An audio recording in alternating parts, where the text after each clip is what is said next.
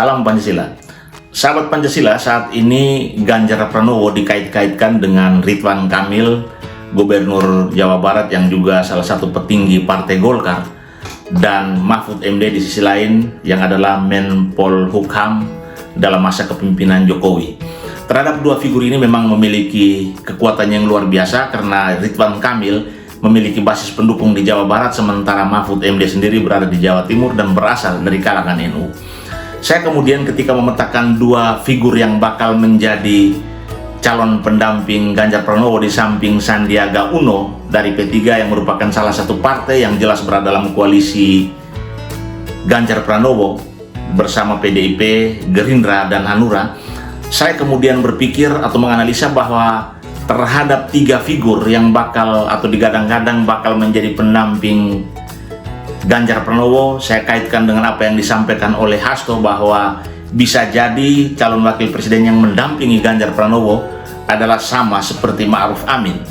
Maka terhadap apa yang disampaikan oleh Hasto tersebut, saya melihat bahwa ada peluang.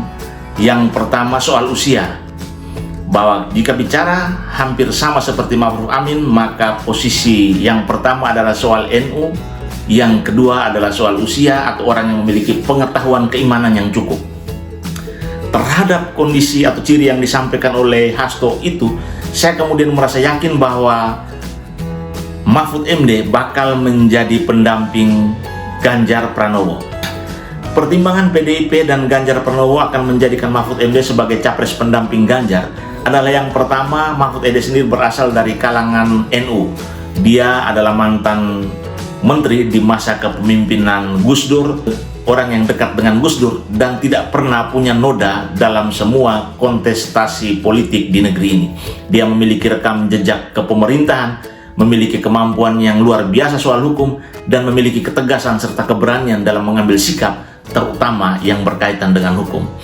Sahabat Pancasila, sekiranya Ganjar Pranowo kemudian memilih Ridwan Kamil, sementara pada saat bersamaan Golkar sudah menyatakan dukungan terhadap Prabowo, meskipun Agung Laksono menyampaikan bahwa kalaupun Ridwan Kamil menerima pinangan PDIP, Golkar tetap tidak akan memecat atau memberhentikan Ridwan Kamil, menunjukkan bahwa Golkar juga sementara bermain dua kaki. Memang ada pengalaman ketika Jokowi berpasangan dengan Yusuf Kala, kemudian Golkar menyatakan dukungannya terhadap Prabowo, lalu ada masa Golkar yang terpecah, Jokowi dan Yusuf Kala menang waktu itu. Saya meyakini bahwa kemenangan Jokowi dan Yusuf Kala bukan karena mesin partai Golkar, tetapi karena fenomenalnya seorang Presiden Joko Widodo. Joko Widodo begitu dicintai oleh rakyat dalam kegiatan kepemerintahannya selama memimpin Jakarta maupun rekam jejaknya ketika menjadi wali kota Solo. Sehingga jika hari ini orang kemudian menyampaikan bahwa jika Ganjar memilih Ridwan Kamil dan Golkar berdasarkan pengalaman masa lalu, walaupun melakukan dukungan terhadap Prabowo, namun mesin partainya akan bekerja untuk Ridwan Kamil, saya menjadi tidak yakin. Karena Ganjar sampai hari ini adalah seorang kandidat presiden yang baru pertama kali dicalonkan untuk menjadi calon presiden dari PDI Perjuangan. Pengalaman politik maupun rekam jejak politiknya tidak cukup kuat seperti Jokowi untuk kemudian menarik masa Ridwan Kamil atau masa Golkar mengalihkan dukungannya kepada Ganjar maupun Ridwan Kamil.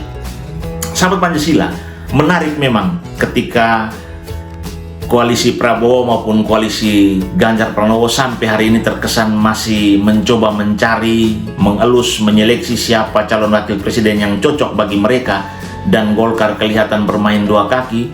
Saya kemudian melihat bahwa sekalipun Ridwan Kamil adalah seorang gubernur di Jawa Barat yang memiliki masa pendukung cukup banyak di Jawa Barat, pada saat bersamaan Prabowo sendiri juga berasal dari Jawa Barat, saya kemudian yakin bahwa berhadapan dengan pilihan ini, masyarakat Jawa Barat tentu akan memilih lebih baik putra Jawa Barat menjadi presiden ketimbang menjadi wakil presiden.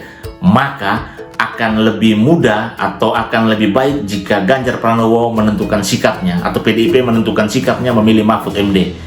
Memang saat ini Anies Baswedan pun memiliki calon presiden, yakni Muhaimin Iskandar, Ketua Umum PKB yang berasal dari kalangan NU, berasal dari Jawa Timur, akan beririsan langsung dengan pendukungnya Mahfud MD. Namun saya percaya betul jika Ganjar memilih Mahfud MD sebagai calon wakil presidennya, dan melihat elektabilitas antara Ganjar, Prabowo, dan Anies Baswedan, masyarakat Jawa Timur akan secara sadar menentukan sikapnya untuk memilih Ganjar Pranowo bersama Mahfud MD. Karena mereka tahu betul, mereka tidak mungkin memilih calon atau putra daerah yang sudah pasti kalah. Lebih baik mereka memilih calon yang memiliki potensi menang, dan itu hanya ada pada Ganjar Pranowo bersama Mahfud MD. Terlepas dari Prabowo apakah meminang Yeni Wahid ataukah tetap memilih Erick Thohir sebagai calon wakil presiden.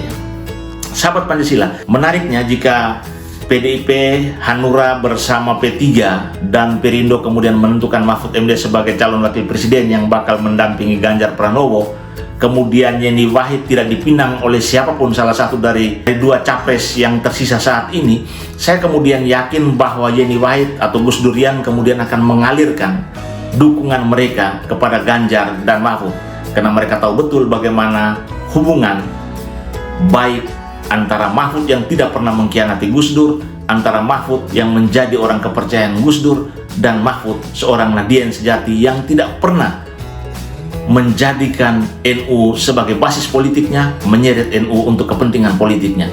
Namun semua yang dilakukan oleh Mahfud justru memuliakan NU, justru menjadikan NU besar, karena Mahfud benar-benar menjadi garam dan terang yang mewakili NU bagi Indonesia. Sahabat Pancasila, mungkin sampai hari ini satu sosok yang tersisa adalah Sandiaga Uno yang kemarin begitu getol berusaha membangun koalisi bersama PKS, Demokrat, dan P3 hanya karena ada sebuah wacana yakni menduetkan Ganjar bersama Anies. Dengan sikap pragmatisme dan oportunis yang ditunjukkan oleh Sandiaga Uno, saya kemudian melihat bahwa respek masyarakat Indonesia terhadap elit-elit semacam ini akan menjatuhkan elektabilitas seorang Ganjar Pranowo. Dan Mahfud MD semenjak menjadi Menteri Koordinator Bidang Politik, Hukum, dan Keamanan mengambil beberapa sikap tegas terhadap korupsi, mengambil beberapa langkah tegas terhadap perjuangan-perjuangan kemanusiaan, mengambil beberapa percepatan yang luar biasa terhadap kasus atau masalah-masalah yang sementara tersumbat. Saya percaya bahwa golongan muda, golongan orang-orang yang masih idealis, yang masih percaya bahwa negara ini akan berjalan sangat cepat, terutama menjadikan semua warganya bersamaan kedudukan dalam hukum, akan menentukan sikap memilih siapa calon presiden yang menjadikan Mahfud sebagai wakilnya. Kita tunggu apakah PDIP kemudian melabuhkan pilihan pendamping Ganjar kepada Mahfud, Ridwan Kamil, atau Sandiaga Uno. Namun bagi saya, pilihan paling bijak, pilihan paling baik dalam rangka mendukung elektabilitas seorang Ganjar Pranowo serta menjaga nama Partai Demokrasi Indonesia Perjuangan sebagai partai yang berbasiskan wong cilik, yang menjadikan wong cilik sebagai pemegang kedaulatan di negeri ini.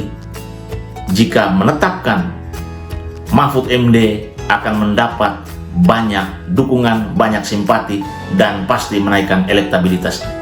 Namun proses politik ini masih sangat cair, sebagaimana yang disampaikan oleh Jokowi, akan ada drama-drama politik baru yang mungkin terjadi.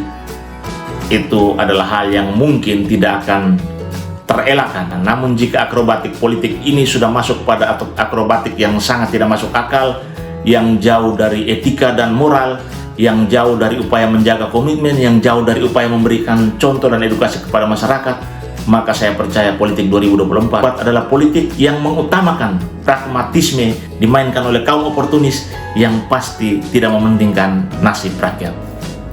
Salam Pancasila.